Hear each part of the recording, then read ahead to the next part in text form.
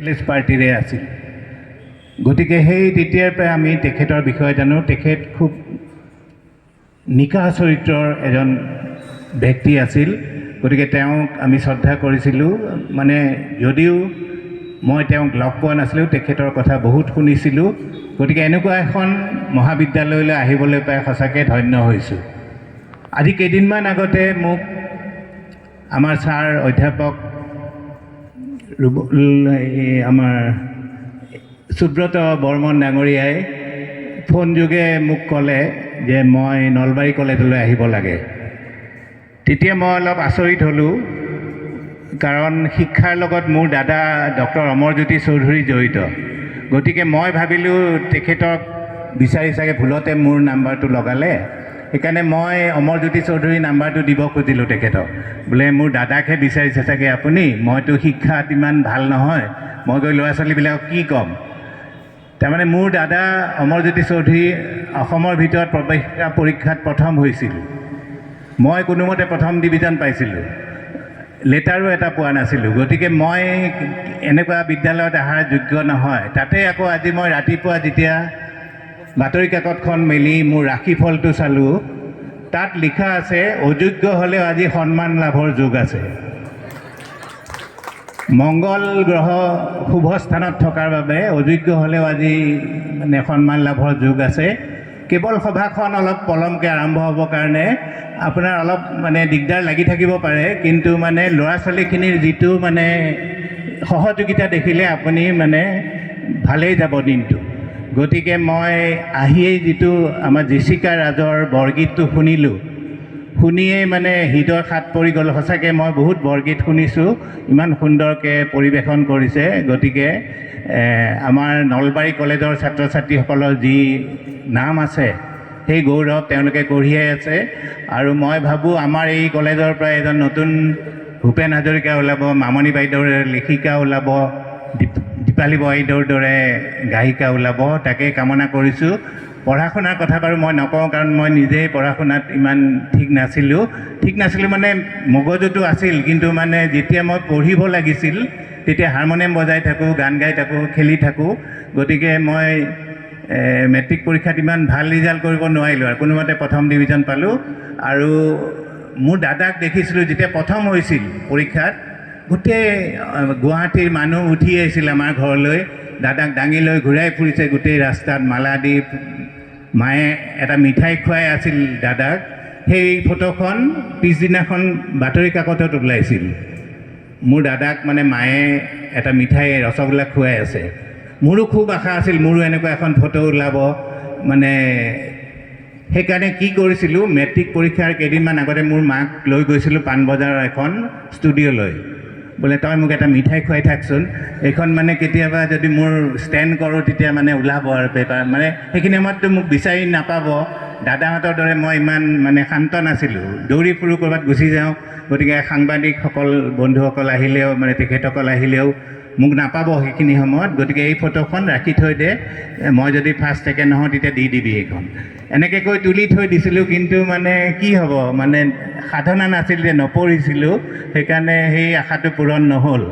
গতিকে মই ল'ৰা ছোৱালীখিনিক মানে কিনো ক'ম, মোক অলপ ল'ৰা ছোৱালীখিনিক ভাল হ'বৰ কাৰণে কিবা এটা ক'ব দিছে। মই মানে এতিয়া এইটোকে ক'ব পাৰোঁ যে মই কি কাৰণে ভাল নহ'লোঁ, কি ভুল কৰিলোঁ, সেইখিনি কথা ক'লে চাগে ছাত্ৰ ছাত্ৰীসকল উপকৃত হ'ব। সেই ভুলবিলাক নকৰিব, তেতিয়া তেওঁলোকৰ ভাল হ'ব। প্ৰথম কথা হ'ল, মই ক্লাছ 6লৈকে মই এটাই আজিলৈকে জীৱনত ভাল কাম কৰিব পাৰিছিলোঁ, এটা আবৃত্তি কৰিছিলোঁ খুব ভালকৈ। মানে মোৰ দেউতাই মোৰ লক্ষ্য বুলি এটা কবিতা লিখিছিল, সেই কবিতাটো মই আবৃত্তি কৰি গোটেই অসমতে মোক নিমন্ত্ৰণ কৰে ক্লাছ 6লৈকে। তাৰপিছত আৰু মাতা নাই। তাৰমানে মোৰ কি হ'ল, ক্লাছ 6ত যিটো মই কবিতা আবৃত্তি কৰিছিলোঁ সেইটো এনেকুৱা আছিল: মই গান্ধীজীৰ দৰে হ'ম, সদায় সত্য কথাহে ক'ম, অহিংস ব্ৰতেৰে জগত জিনিম, সত্য পথত ৰম, মই গান্ধীজীৰ দৰে হ'ম। মই হ'ম জৱাহৰলাল, পৰাধীনতাৰ সাগৰ সাঁতুৰি তৰিম জয়ৰ পাল, মই হ'ম জৱাহৰলাল। মই নেতাজী সুভাষ হ'ম, বিপ্লৱৰ অগণি জ্বলাই জয় হিন্দেৰে মেদিনী কপাই, পৰ্বত উলংঘি সাগৰ নেওচি জয়ৰ তিলক লম, মই নেতাজী সুভাষ হ'ম। মই লাচিত বৰফুকন হ'ম। দেশতকৈ মোমাই ডাঙৰ নহয় জগতক চিঞৰি কম, মই লাচিত বৰফুকন হ'ম। মই কুশল কোঁৱৰ হ'ম। দেশৰ কাৰণে হাঁহি হেলা ৰঙে ডিঙিত চিপ জৰি ল'ম, মই কুশল কোঁৱৰ হ'ম। এই কবিতাটো আবৃত্তি কৰাৰ কাৰণে মোক সকলোৱে খুব মৰম কৰিছিল ক্লাছ 6লৈকে, আৰু বহুতে মানে অসমৰ বিভিন্ন ঠাইত সভা সমিতিত এনেকৈ মোক এইটো আবৃত্তি কৰিবলৈ লৈ যায়, খুব ভাল লাগি থাকে। সেইখিনি সময়তে এটা ঘটনা ঘটিল। ঘটনা মানে ডক্টৰ ভূপেন হাজৰিকাদেৱে তেখেতৰ প্ৰথম এখন মঞ্চ নাট, ষ্টেজৰ কাৰণে এখন নাটক লিখিলে। তেওঁতো বহুত চিনেমা কৰিছে, চিত্ৰনাট্য বহুত লিখিছে, কিন্তু প্ৰথম তেখেতৰ যিখন ষ্টেজৰ নাটক সেইখনৰ নাম আছিল আব্দুল হামিদ। আব্দুল হামিদ ভাৰত আৰু পাকিস্তান যুদ্ধত শ্বহীদ হৈছিল। সেই আব্দুল হামিদৰ নামত ভূপেন দাই এটা মানে এখন নাটক লিখিছিল। তাৰে তেওঁ পৰিচালনাও কৰিছিল, সংগীত পৰিচালনাও কৰিছিল। আৰু সেই আব্দুল হামিদৰ ডাঙৰ ল'ৰাজন হ'বৰ কাৰণে মোক ক্লাছ 6ত বাছি লৈ গৈছিল। মই ডাঙৰ ল'ৰাজন হৈছিলোঁ আব্দুল হামিদৰ, আৰু গুৱাহাটীৰ ডিষ্ট্ৰিক্ট লাইব্ৰেৰীত দুদিনকৈ সেইখন অভিনীত হৈছিল আৰু খুব ভাল হৈছিল। সকলোৱে মোৰো অভিনয়ৰ প্ৰশংসা কৰি বাতৰি কাকতত ওলাইছিল। গতিকে তাৰ পিছৰ পৰা কি হ'ল, আমি মানে বালভৱন বুলি এটা অনুষ্ঠান আছে গুৱাহাটীত। বালভৱনত মানে কি হয়, আমাৰ গান নাচ আবৃত্তি এইবিলাক শিকায়, আৰু 6 মাহৰ মূৰে মূৰে এনেকৈ এখন ষ্টেজ সাজি দিয়ে কাঠৰ। সেই কাঠৰ ষ্টেজত আমাক উঠাই দিয়ে, যিয়ে মানে গান গায়, যোনে নাটক কৰে, কোনোবাই আবৃত্তি কৰে, এনেকৈ আমাৰ প্ৰতিভাবিলাক দেখুৱাব সুযোগ দিয়ে 6 মাহৰ মূৰে মূৰে। আৰু সেইবিলাকত আমি সাধাৰণতে নাটক কৰিছিলোঁ। নাটকবিলাকত আলেকজেণ্ডাৰ, পিয়লি ফুকন, লাচিত বৰফুকন এইবিলাক সকলোতে মই মেইন পাৰ্টটো পাইছিলোঁ, আৰু খুব ভালকৈ নাটকবিলাক ক্লাছ 6লৈকে কৰিছিলোঁ। কিন্তু যেতিয়াই ভূপেন হাজৰিকাদেৱে মোক লৈ গ'ল, তেতিয়া মোৰ মনত এটা অহংকাৰ ভাৱ আহি গ'ল যে ভূপেন দাৰ দৰে মানুহে মোক বাছি লৈ গৈছে ইমান ল'ৰা ছোৱালীৰ মাজত, গতিকে মই চাগে খুব ভাল নাটক কৰিব পাৰোঁ। গতিকে বাকীবিলাক পিছৰ যিবিলাক আমাৰ বালভৱনত নাটক হয়, সেইবিলাকত বাকীবিলাকে যদি 10 দিন ৰিহাৰ্চেল কৰে, মই 10 দিন নালাগে বুলি ক'লোঁ। মই মোক 10 দিন নালাগে, মই ইমান ভাল নাটক কৰোঁ, মই 4 দিনমান যাম, তেওঁতে কৰ বাকীখিনি, এইবুলি কৈ মই সাধনাটো কমাই দিলোঁ, ৰিহাৰ্চেল কমাই দিলোঁ। কৰাৰ কাৰণে কি হ'ল, মই নাটকবিলাক ডাইলগবিলাক পাহৰি যোৱা হ'লোঁ। হঠাৎ পাহৰি যাওঁ, মানে নাটকখনত কি আছিল তাৰপিছত, কাৰণ সাধনাই কৰা নাই, ৰিহাৰ্চেলেই কৰা নাই। গতিকে মই পাহৰি গ'লে মোৰ কাষৰজনেও কি ক'ব ৰৈ যায়। এনেকৈ ৰৈ গৈ পেলাই মানে নাটকবিলাক লাহে লাহে বেয়া হ'ব ধৰিলে। নাটক বেয়া হোৱাৰ কাৰণে মোকেই দায়ী কৰিলে সকলোৱে, আৰু লাহে লাহে মোক মেইন পাৰ্টবিলাক নিদিয়া হ'ল। পিছৰবিলাকত মেইন পাৰ্ট নিদিয়া এনেকুৱা অৱস্থা হ'ল, শেষত মোক মৰা সৈন্য হ'ব দিয়া হ'ল। মৰা সৈন্য হ'লেও বিপদ, মানে যদি মহে কামোৰে, মই এনেকৈ যদি মাৰি দিওঁ, এই সেনাপতিজনে চাই থাকে, ই ধুৰন্ধৰ মৰা নাই বুলি আকৌ মোক কোবায়। গতিকে মানে ক'ত লাচিত বৰফুকন হৈ দপদপাই আছিলোঁ, আৰু এতিয়া ক'ত মৰা সৈন্য হৈ পৰি থাকিব লাগে।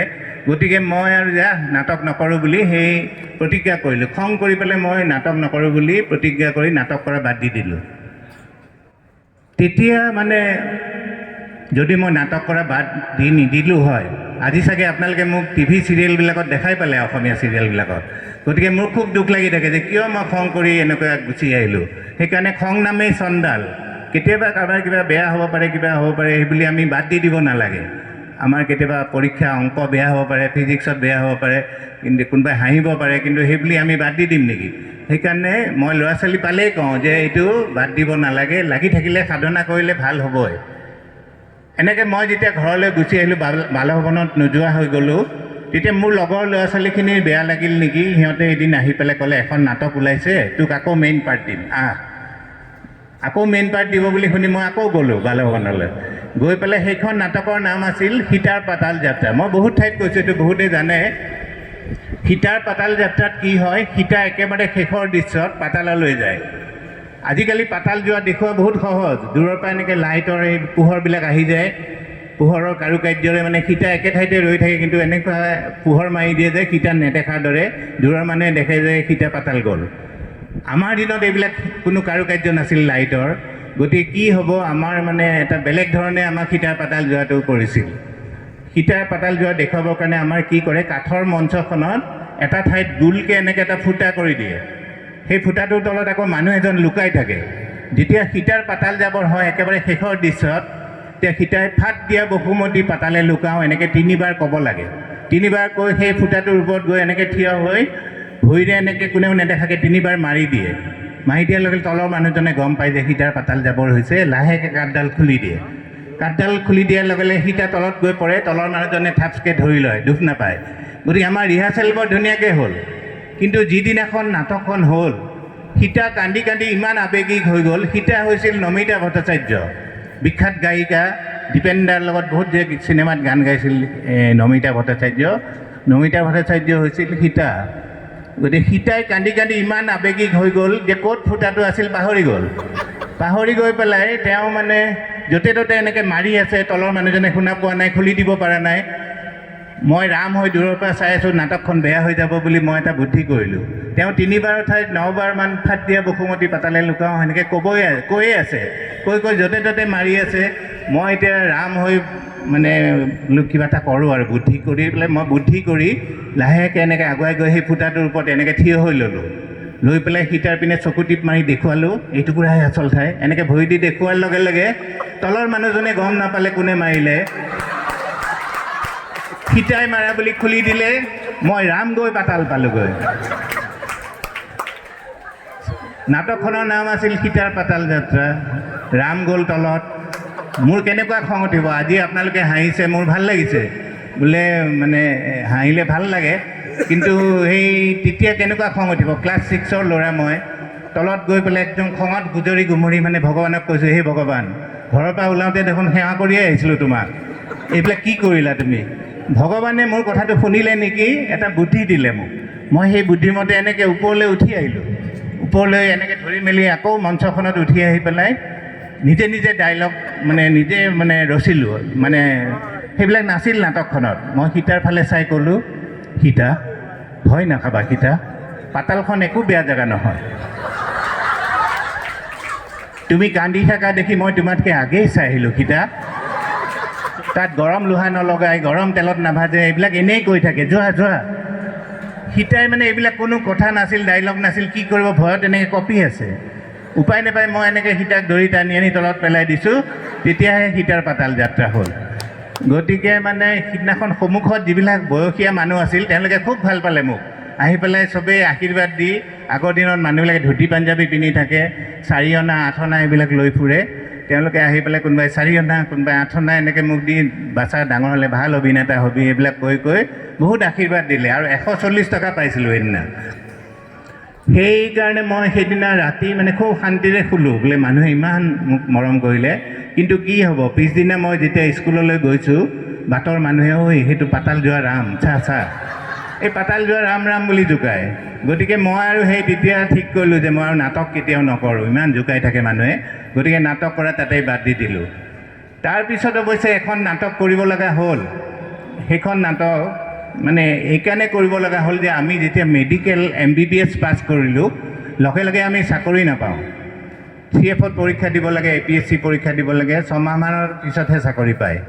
কিন্তু আমাৰ লগৰ স্কুলৰ পৰা যিবিলাক একেলগে পাছ কৰা ইঞ্জিনিয়াৰ হ'ল, তেওঁলোকে আমাতকৈ আগেই চাকৰি পালে, দৰমহা পালে, মাক দেউতাকক কাপোৰ কানি কিনি দিয়ে, দৰমহা পইচাৰে। আমাৰ খুব বেয়া লাগি থাকে। তেতিয়া আমাৰ ডাক্তৰনীবিলাকে ঠিক কৰিলে যে আমিনো এনেই কিয় বহি থাকোঁ, কিবা কৰি টকা ঘটোতে। বোলে কেনেকৈ, বোলে আমি চবেই নাটক কৰিব পাৰোঁ, আমি 3খন নাটক বাছি লওঁ, 3খন নাটক কৰিম 3 দিন গুৱাহাটীৰ এটা হলত। এইবুলি কৈ কুমাৰ ভাস্কৰ নাট্য মন্দিৰ বুলি উজান বজাৰত এটা হল আছে, তাত বেছি ভাড়া নলয়। গতিকে আমি সেইটো ভাড়া ল'লোঁ। লৈ পেলাই 3খন নাটক বাছি লৈ টিকেট ছিষ্টেম কৰি দিলোঁ। মানুহে টিকেট কাটি কাটি চাব, আৰু যি পইচা উঠিব সেইদিনা ৰাতিয়ে সমানে সকলোকে ভগাই দিব। অভিনেতা, অভিনেত্ৰী, লাইটৰ মানুহ, চাউণ্ডৰ মানুহ সকলোকে সমানে ভগাই দিব, পিছদিনালৈ নথয় আৰু। এনেকৈ আমাৰ কমিটি এটা বনাই দিলে। কমিটিৰ কোষাধ্যক্ষৰ কাম হ'ল প্ৰত্যেক দিনাই যিমান টকা হ'ব ৰাতিয়ে গন্তি কৰি সমানে চবকে ভগাই দিব। তেনেকৈ আমাৰ ডাক্তৰনীয়ে নাটক কৰা বুলি শুনি বহুত মানুহ চাব আহিছে উজান বজাৰত, আৰু বহুত টকাও উঠিছে। আমি টকা পাইছোঁ, খুব ভাল লাগি আছে। 2 দিন আমি নাটক কৰিলোঁ। 3 দিনৰ দিনাখন যিখন নাটক আছিল সেইখনৰ নাম আছিল বালিবধ। বালি আৰু সুগ্ৰীৱ বান্দৰ বীৰ দুইজনে খুব গদাযুদ্ধ কৰি থাকে, কোনো নমৰে। মই ৰাম হৈ পেলাই অন্যায়ভাৱে পিছপিনৰ পৰা এডাল কাঁড় মাৰি বালিক মাৰি পেলাব লাগে। মোৰ ইয়াত 6ডাল কাঁড় দি থৈছে, এডাল 2ডাল 3, 4 নম্বৰডাল যেতিয়াই মাৰি দিম বালি পৰি মৰি দিয়ে, আৰু সেইটো চিন আছিল। মই নাটক শেষ হ'বৰ হৈছে, বালি মৰিব আৰু মই এডাল 2ডাল 4 নম্বৰডাল মাৰিলে মৰি দিব সি। এডাল 2ডাল 4 নম্বৰডাল মাৰি পেলাই বালি ফালে চালোঁ, সিটো মৰা নাই। সি অংকত অলপ কেঁচা আছিল। মই বোলো ই চাৰিলৈকেনো গন্তি কৰিব নোৱাৰেনে, যি হওক মোৰ আৰু দুডাল আছে কাৰণে মই ভয় খোৱা নাই, 5 নম্বৰডালো মাৰি দিলোঁ। এইবাৰোতো সি মৰা নাই। তেতিয়া মই ভাবিলোঁ কিবা এটা গণ্ডগোল আছে। মই এনেকৈ এক্টিং কৰাতে ধেনুকাডাল লৈ গৈ গৈ ঐ বালি নমৰ কিয়? বালিয়ে কৈছে মই আজি নমৰোঁ। মই কৈছোঁ কিয়? বোলে মোক ঠাণ্ডা মুণ্ডা পাই আগৰ দুখন নাটকৰ পইচা দিয়াই নাই। প্ৰথম দিনাই দেখোন কৈছিল একেবাৰে ৰাতিয়ে ভগাই দিম। এতিয়া খুজিলে কয় বোলে তোক কালি দিম দে। মই কি কৰোঁ এতিয়া, উপায় নাপাই পৰিছোঁ। হেৰি কিবা এটা কৰক, ই নমৰে। তেওঁ আহি কাগজেদি মানে এনে মেৰিয়াই পেলাই কিবা এটা দিলে তাক তলেদি। দিয়াৰ লগে লগে মই 6 নম্বৰডাল মাৰিব সময় নাপালোঁ, ধাচকৈ পৰি মৰি দিলে। মই ভাবিলোঁ যি হ'ল আৰু ৰক্ষা পৰিছোঁ। মানুহে আগৰ কাৰৰ ৰিয়েকশ্যন হৈ মৰা বুলি ভাবিব আৰু এই বুলি ভাবি মই লাহেকৈ আৰামত এনেকৈ ঘূৰিছোঁ মাত্ৰ। সি দেখোন আকৌ মাটিৰ পৰা আধা মৰা হৈ উঠি আহিছে। মই বোলো ঐ কি হ'ল আকৌ? পূৰা দিয়া নাই, 50 টকা কমাই দিছে। আকৌ মই প্ৰডিউচাৰক গালি পাৰাৰ দৰে কৰোঁতে দিলে। সেইবাৰ মই গতিকে দেখিলোঁ নাটকত বহুত সহযোগিতা লাগে। সহযোগিতা নহ'লে নাটকখন ভাল নহয়। যেনেকৈ আজি আপোনালোকৰ সকলোৱে ইয়াতে সহযোগিতাৰে এইখন ধুনীয়াকৈ সভাখন পাতিছে। গতিকে ছাত্ৰ ছাত্ৰীক সহযোগিতা নহ'লে, শিক্ষাগুৰুসকলৰ সহযোগিতা নহ'লে এনেকৈ নহয় মিটিং। গতিকে সকলো ক্ষেত্ৰতে সহযোগিতা লাগে। আমাক ভূপেন দাই লগ পালেই কয় বোলে আমাৰ জাতিটো মানে বহুত উপজাতি জনগোষ্ঠীৰে ভৰপূৰ। সকলোৱে যদি আমি হাতত হাত ধৰি সহযোগিতাৰে আগবাঢ়ি যাওঁ, আমাৰ জাতিটো মানে বিশ্বৰ ভিতৰতে এটা শক্তিশালী জাতি হ'ব। গতিকে এইটো ভূপেন দাই কোৱা কথা। গতিকে সহযোগিতা খুব ডাঙৰ কথা আমাৰ ছাত্ৰ ছাত্ৰীসকলৰ কাৰণে। তাৰপিছত আৰু নাটক কৰা নাই, কিন্তু 3 মাহ আমি বৰ ধুনীয়াকৈ সেই পইচা দি চলি গ'লোঁ। মানে বহুতক মা দেউতাক কাপোৰ কানি কিনি দিলোঁ, হেৰি কৰিলোঁ, সেই পইচা পালোঁ। কিন্তু 3 মাহৰ পিছত কি কৰি থাকিম, আৰু 3 মাহ আছে। গতিকে সেইখিনি সময়ত আজিৰ পৰা 50 বছৰ আগৰ কথা, এই নিবনুৱা সমস্যাটো ইমান নাছিল। আমি য'তে চাকৰি বিচাৰি যাওঁ পাওঁ আৰু এনেকুৱা। গতিকে আমি ক'লোঁ আমি 3 মাহ এনেই বহি থকাতকৈ ক'ৰবাত চাকৰিকে কৰোঁ দে। এইবুলিকৈ অফিচত গ'লোঁ। আমাক যি দিয়ে দিয়ক আৰু, অফিচাৰ কৰি দিলেও হ'ম, চকীদাৰ দিলেও হ'ম, পিয়ন দি, মুঠতে 3 মাহ আমি চাকৰি কৰিব লাগে। কিন্তু ওচৰে পাঁজৰে ঘৰৰ নাপালোঁ। গৈ আমি চিৰিয়াখানা পালোঁগৈ। চিৰিয়াখানাৰ মানুহে ক'লে ভাইটিহঁত আমাৰ চাকৰি আছে, কিন্তু তোমালোকে এইবিলাক কাম পাৰিবা জানো, ডাক্তৰ মানুহ? আমি ক'লোঁ কওকচোন কি কৰিব লাগে। বোলে এইখিনি সময়ত আমাৰ হৰিণা নাই চিৰিয়াখানাত। হৰিণা আহি আছে আফ্ৰিকাৰ পৰা, 4-5 দিনত আহি পাব। এই 4-5 দিন তোমালোকক যদি হৰিণাৰ ড্ৰেছ পিন্ধাই দিওঁ, তোমালোকে মানে অলপ দূৰৰ পৰা মানে এনেই মূৰটো উলিয়াই দিব লাগে গছৰ ফাকে ফাকে, যাতে হৰিণা আছে বুলি মানুহে গম পায়। আমি কৈছোঁ এইটো কি টান কাম, আমি নাটক কৰা মানুহ পাৰিম? বোলে তেতিয়াহ'লে তোমালোক কালি ৰাতিপুৱাই আহিবা, আৰু 4-5 দিন কাম কৰিলেই তোমালোকক এমাহৰ দৰমহা দিম। 4-5 দিন কাম কৰি এমাহৰ দৰমহা পাম বুলি ফূৰ্তিতে 5 জাপ মাৰিলোঁ। মাৰি পেলাই পিছদিনা ৰাতিপুৱাই গৈ পেলাই আমাক মানে ড্ৰেছ পিন্ধাই দিছে। আমি বহুত দূৰত এনেকৈ গছৰ ফাকে ফাকে মূৰটো লাহেকৈ উলিয়াই দিওঁ, যাতে মানুহে দেখা পায় আৰু খুব ভাল লাগি আছে কি তাতে কৰ্তৃপক্ষৰ মানুহবিলাকে অলপ দেৰি মূৰে আহি পেলাই আমাক আপেল, আঙুৰ, তাৰপিছতে মাছ ভাজা, মাংস ভাজা, এনেকুৱা কিবাকিবি দি থাকে। খালি এটা কথাই বেয়া আছিলে, এই সৰু ল'ৰা ছোৱালীবিলাক যে এই আমাৰ হেৰি চাব যায়, এই চিৰিয়াখানা, সিহঁতে শিলগুটি মাৰে। এই শিলগুটি 2-এটা গাত পৰে, আৰু তাৰ বাহিৰে আমাৰ বৰ ধুনীয়াকৈ 5 দিন চলি গ'ল। 5 দিনৰ দিনাখন তাৰে মানুহ আহি ক'লে ভাইটিহঁত আমাৰ হৰিণা আফ্ৰিকাৰ পৰা আহি গ'ল, তোমালোক আজি ৰাতি এমাহৰ দৰমহালৈ যাবাগৈ। 5 দিন চাকৰি কৰি এমাহৰ দৰমহা পাম বুলি ফূৰ্তিতে আকৌ 5 জাপ মাৰিলোঁ। মাৰোঁতে মানে এঢলীয়া, এনে পাহাৰীয়া জেগা আছিল, এঢলীয়া, পিছল খাই গৈ মই একদম তলত পৰিলোঁগৈ।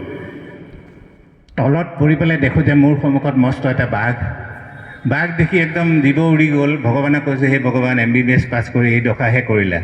যদি মানুহ হৈ থাকিলোঁ হয় তেতিয়াও চাগে সি নাকামৰিলে হয়। এতিয়া হৰিণা বুলি ভাবি, মাংস ভাল বুলি মোক পূৰা খাব, এই বুলি ভাবি মই সেই ভগৱান ৰক্ষা কৰা এনেকৈ কৈ থাকোঁতে মোক আচৰিত কৰি পেলাই বাঘটোৱে মাত দিছে, ডাক্তৰ চৌধুৰী চিনি পোৱা নাই? মই ডাক্তৰ বৰুৱা। তাৰমানে সেইদিনা বাঘটোও নকল আছিল। গতিকে বাঘটো নকল নাথাকাহেঁতেন মইতো আজি আপোনালোকৰ আগত আহিব নোৱাৰিলোঁ হয়। গতিকে ভগৱানে ৰক্ষা কৰিলে আৰু সেইবাৰ। গতিকে এনেকৈ এই যে আপোনালোকে হাঁহিলে কি হয়, মানে শৰীৰত এটা এণ্ডৰফিন বুলি হৰম'ন ওলায়। সেই হৰম'নটোৱে আমাক বহুত বেমাৰৰ পৰা হাত সৰাই ৰাখে। সেইকাৰণে প্ৰত্যেক দিনা অলপ হ'লেও আমি হাঁহিব লাগে। হাঁহিলে এণ্ডৰফিন আমাৰ হৰম'ন এটা নিৰ্গত হয়। সেই হৰম'নে আমাক কিছুমান বেমাৰ, যেনেকৈ মাইগ্ৰেইন, বহুতৰ আজিকালি ল'ৰা ছোৱালী দেখোঁ মই মূৰৰ বিষ হয় খুব একদম, পৰীক্ষাৰ সময়তো হয়, আৰু আঁঠুৰ বিষ হয় বয়সীয়া মানুহবিলাকৰ। সেই আঁঠুৰ বিষ এইবিলাক বিষ নহ'বৰ কাৰণে এই হৰম'নটোৱে চেষ্টা কৰি থাকে। গতিকে আমি যদি প্ৰত্যেক দিনাই অলপ হাঁহিব পাৰোঁ, সেইকাৰণে এই জীৱন জুখিবা হাঁহিৰে চকুলোৰে নহয়, বয়স জুখিবা বন্ধুৰে বছৰেৰে নহয়। তাৰমানে কিমান বন্ধু আছে আমাৰ, সেইটোহে আমাৰ আচল বয়স। গতিকে বন্ধু বান্ধৱ থাকিব লাগে, হাঁহি ধেমালি কৰিব লাগে। আৰু মই যে কৈছিলোঁ মই পঢ়া শুনা নকৰিছিলোঁ, সেইকাৰণে মা দেউতাৰ মানে খুব চিন্তা হৈছিল মোৰ এটা সময়ত। 7 মানত থাকোঁতে মই এবাৰ মা শিক্ষয়িত্ৰী আছিল, মাৰ শিক্ষয়িত্ৰী স্কুলৰ বেলেগ শিক্ষয়িত্ৰীয়ে মাক এদিন ক'লে যে এজন জ্যোতিষী আহিছে উলুবাৰীত, তেওঁক দেখুৱালে মানে অঞ্জনহঁত কি হ'ব পাৰিব। মানে এই মাহঁতৰ খুব চিন্তা, ই ভৱিষ্যতে কিবা কৰি খাব পাৰিব নোৱাৰে, কাৰণ দাদাহঁতক জানিছে সিহঁতে পাৰিব, বাইদেউ চোকা আছিল পাৰিব, ই বা কি কৰে। সেইকাৰণে মায়ে মোক সেই জ্যোতিষীজনৰ ওচৰত লৈ গ'ল। জ্যোতিষীজনৰ আকৌ তেতিয়া বয়স হৈছিল 95 বছৰ। আজি মৰোঁ কালি মৰোঁ, তেওঁ মানে মানুহৰ মাজত ওলাই গৈছে যে তেওঁ মৰাৰ আগতে যি কৈ যাব সেইটো মানে মিলি যায়। সেইকাৰণে মাহঁতে মোক লৈ গ'ল, লৈ গৈ পেলাই তাতে তেওঁ শুই শুই এনেকৈ হাতখন চাই কৈ দিয়ে মানুহক আৰু কি হ'ব। মোৰ পাল যেতিয়া পৰিল, মই হাতখন লৈ পেলাই তেওঁ ই ডাঙৰ হ'লে ভাল গা, এনেকৈ গা বুলি কৈ তেওঁ ফিট হৈ গ'ল। ফিট হৈ যাওঁতে মানে কি বা ক'ব খুজিছিল, ই ডাঙৰ হ'লে ভাল গা। গতিকে মানে তেওঁক হস্পিটেলত লৈ গ'ল। আমি আৰু আমন জীৱনকৈ ঘৰলৈ গুচি আহিলোঁ। এতিয়া গা মানে কি বুজাব খুজিছিল, আমাৰ ঘৰত এটা আলোচনা হ'ল। মাকবিলাকে সাধাৰণতে ল'ৰা ছোৱালী ভালটো বিচাৰেতো। মায়ে ক'লে ই চাগে হাৰমনিয়াম বজাই থাকেতো, ভাল গায়ক হ'ব ক'ব খুজিছিল নেকি, ভাল গান গাব বুলি। তেতিয়া দেউতাই ক'লে বোলে ই পঢ়া শুনা নকৰে, ই চাগে ভাল গাধা হ'ব বুলি ক'ব খুজিছিল নেকি। বাইদেৱে ক'লে বোলে ই ইমান ফাঁকি কথা কৈ থাকে, ই চাগে ভাল গাজা দি ফুৰিব বুলি কৈ থাকে, ক'ব খুজিছিল নেকি। কিন্তু মইতো ইমান গাজা নিদিওঁ, বা গাধা হ'লে MBBS পাছ কৰিব নোৱাৰিলোঁ হয়। গতিকে মই এতিয়াও ভাবি থাকোঁ কিজানি মানে ডাঙৰ হ'লে ভাল গান গাবই পাৰোঁ। সেইকাৰণে মানে মোক ইয়াতে কণ্ঠশিল্পী বুলি কৈছে যেতিয়া এটা গান গাই চামহে, যদি মানে ভাল যেন হয় মানে হাত চাপৰি মাৰিব, তেতিয়া মই ভৱিষ্যতেও মানে চেষ্টা কৰি থাকিম, নহ'লে আজিৰ পৰাই বাদ দি দিম আৰু।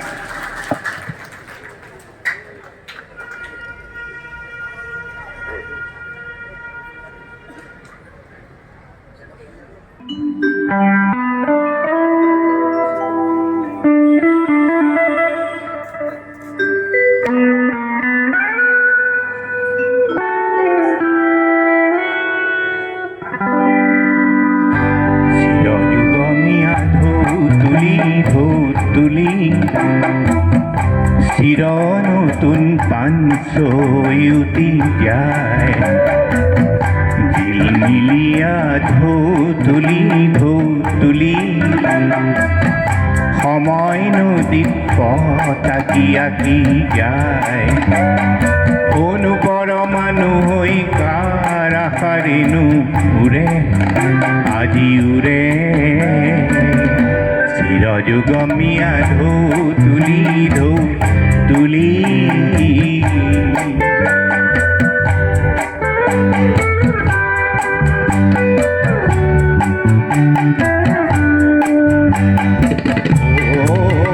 মোৰ মন গীতিকাৰ চুৱাহি হৃদয় দিলাই গুঞ্জায়, জিলমিলিয়া ঢৌ তুলি পদুম সুৰৰ পাঞ্চয়ুতি যায়। অনুপৰমাণু হৈ কাৰ আশাৰেনো উৰে, আজি উৰে চিৰযুগমীয়া ঢৌ তুলি।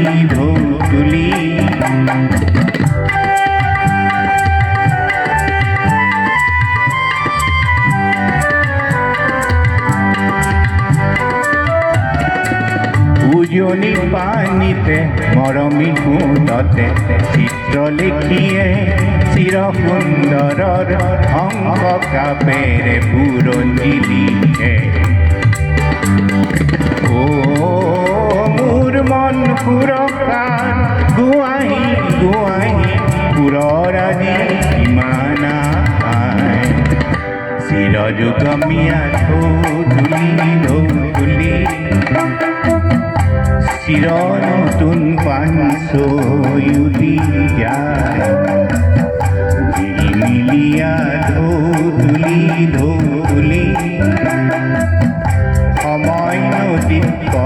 তাকি আঁকি যায় কোনো পৰমাণু হৈ কাৰ আহাৰেনো উৰে আজি উৰে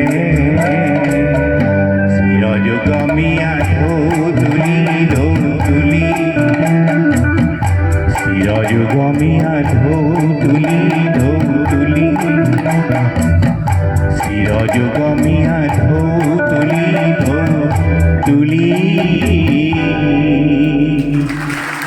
বহুত ধন্যবাদ গতিকে ইমান হাত চাপৰি মই আজিলৈকে ক'তো পোৱাই নাই গতিকে আজি পাই সঁচাকৈ এই দিনটো মনত ৰাখিম আৰু সকলোৰে ভাল হওক সকলো সুস্বাস্থ্যৰে থাকক তাকেই কামনা কৰি মই আজি মোৰ বক্তৃতা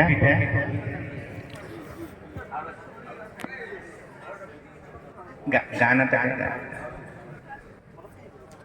তাৰমানে আৰু এটা বুলি কোনেও আজিলৈকে কোৱা নাছিল গতিকে মানে আৰু এটা বুলি শুনি মানে আজি যিহেতু প্ৰেমৰ দিন গতিকে এটা ভূপেন হাজৰিকাৰ এই গানটোতকৈ আৰু কি ভাল গান হ'ব পাৰে গতিকে 4 নম্বৰটো লগাই দিব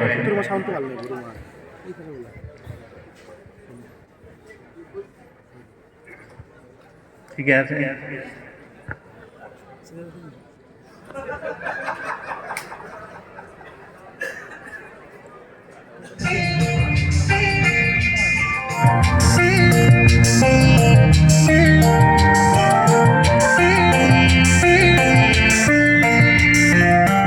তোমার উঠা বহুয়া কোমল দেওয়ালি কোমল আহিরে হৃদয় ভরিলে শোনায় এটি কিবা মিঠা পায় আরো দিয়া স্নেহিরে ককাল ইমান লাগি তোমার উঠা বহুয়া কোমল শেৱালি কোমল আহি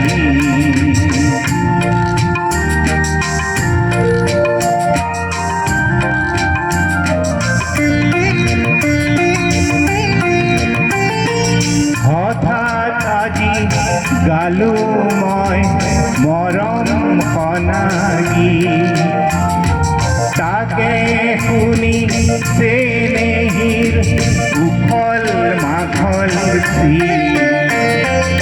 বালিত নাচে আমাক জোকাই এটি কৰো বালি মাহি তোমাৰ উকা কোৱা কোমল শেৱালি কোমল হাঁহি